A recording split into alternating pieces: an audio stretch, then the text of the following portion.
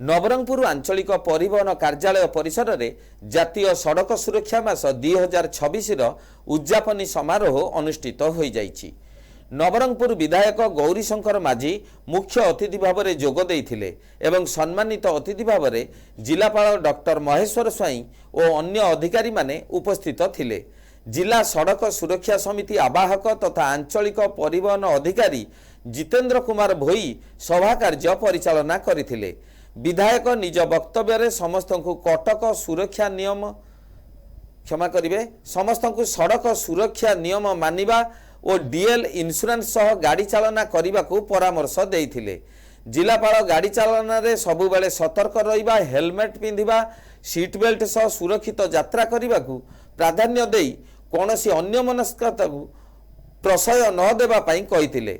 सड़क दुर्घटना रे आहत व्यक्ति को उद्धार करी मेडिकल नैथिबा व्यक्ति को 2000 टंका प्रोत्साहन राशि और सर्टिफिकेट सह सम्मानित करा जायथिला।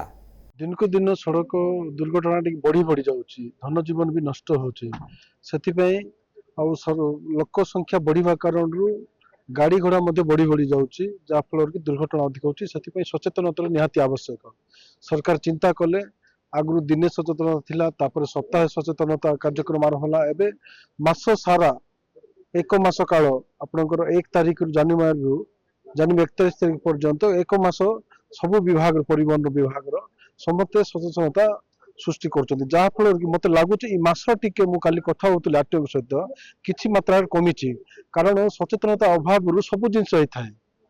रोग कथा कहतु, एक्सीडेंट कथा कहतु, अशिक्षित कथा कहतु, से सचेतनता निहाती आवश्यक। से बहुत सुंदर राज्य सरकार केंद्र सरकार सहयोग रे हमर नवरंगपुर जिले में सचेतनता कार्यक्रम चलता। आज तार उद्यापन दिवस।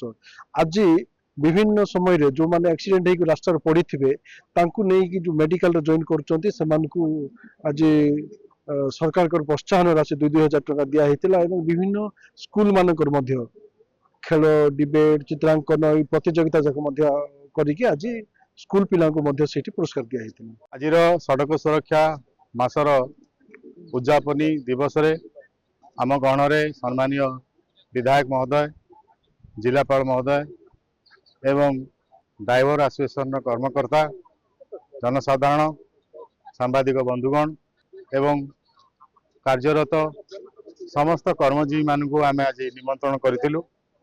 यार महत् उद्देश्य है जे प्रत्येक दिन दैनंदिन रास्ता दुर्घटना रे बहुत अमूल्य जीवन रास्ता उपर चली जाउची। तेणु आम भारत सरकार एवं राज्य सरकार को निर्देश क्रमे ये सड़क सुरक्षा मास आयोजन करूँ एवं ये सड़क सुरक्षा मास जनवरी 1 तारिख आरंभ हो 31 तारिख पर्यंत चलीला।